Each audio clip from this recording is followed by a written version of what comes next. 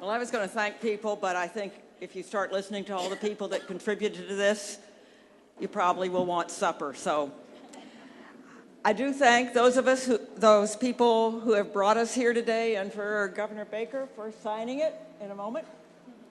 Alice Wolf.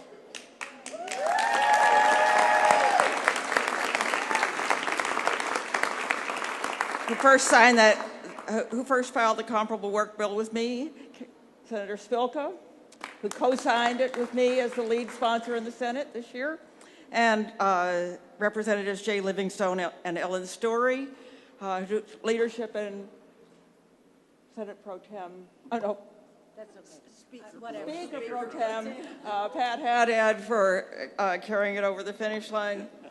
I want to thank especially the people who did so much work, which are our staffs. All of the legislative staffs for all of us really did the work for this, and I'd like a special call out to them.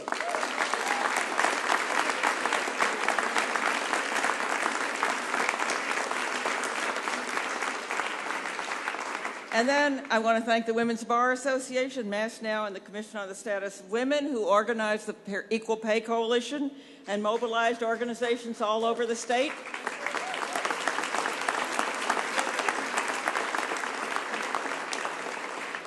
I want to thank Attorney General Maura Healey, she and her staff worked really hard to make this a better bill.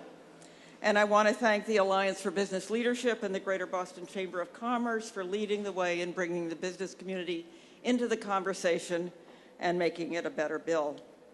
I also wanted to thank the Chair of Labor and Workforce Development, Senator Dan Wolf, and his staff for their important role in making this a good bill. I want to thank the women of the Everett School cafeteria workers, and they are represented here today.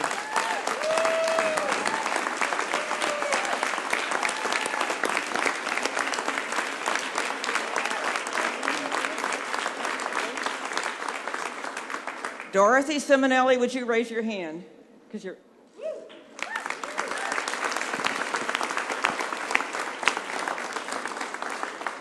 In 1989, these women brought a lawsuit that said we do just as hard work, just as skilled work, just as responsible work as the male janitors, and we are not paid the same. It took 10 years for them to get a final judgment, and they lost. And at that point, Jackie Cook from the Women's Bureau and Alice Wolf and I said, the court said we didn't define comparable work, we'll define comparable work. So we've been working on that. How long is that? 16 years. That's a long time. But this session, many of the allies I mentioned and the legislators that I mentioned at the beginning and our staffs got together and said, let's find the real barriers, the other real barriers to equity. And that's what's in this bill.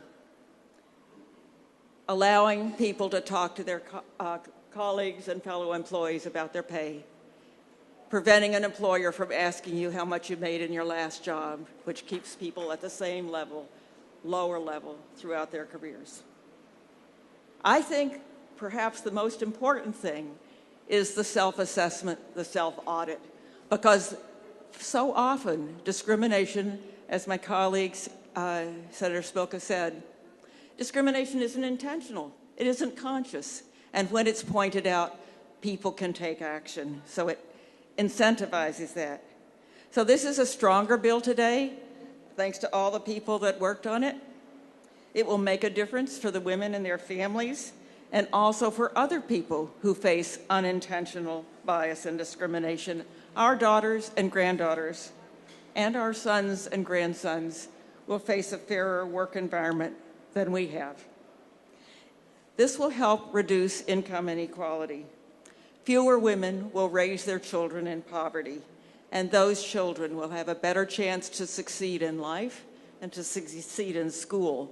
And the achievement gap, this is probably the most important thing we can do to reduce the achievement gap is to raise families out of poverty. But our work is not done. The occupations that are traditionally women's work, caring for children, caring for seniors, caring for the disabled, making and serving food, those jobs are mostly all underpaid. Our work is not done until those in the caring professions are paid what their work is really worth. So I guess you can call me Madam Papelbon. I came in as the closer. I'm here as the closer. So all of the things that have been said, I just want to say ditto. But I want to add a couple of people who specifically need to be thanked. But before I say that, behind me are heroines and heroes on whose shoulders I was allowed to stand to be part of this process. And they have to be thanked over and over again. And we have today, but I want you to remember them because I'm going to give you a charge later on that will have to do with this. So I want to personally thank a couple of people who were loaned to me by the Attorney General, who was such an amazing supporter of this. Gabrielle Viela, Genevieve Nato, who were absolutely my brains to help push this over the finish line, as well as Mike Firestone. And I want to give special thanks to 3 men, and that is Brad McDougall, John Regan, and Rich Lord, because they came to the table and said, we are here to get to yes. So I really have to thank them for following the lead of other business organizations, including the Business Roundtable and, of course, the Boston Chamber of Commerce. But I want to give you a charge. We're here today to change a culture. The governor, who has shown that he is changing his culture by putting amazing, strong women next to him. Not behind him, but next to him.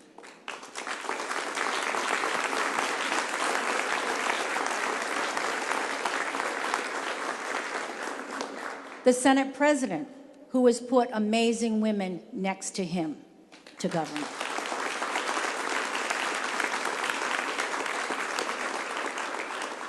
And of course, my dear friend, who was the first speaker in history to appoint more women to leadership positions than any other. And I have to thank him.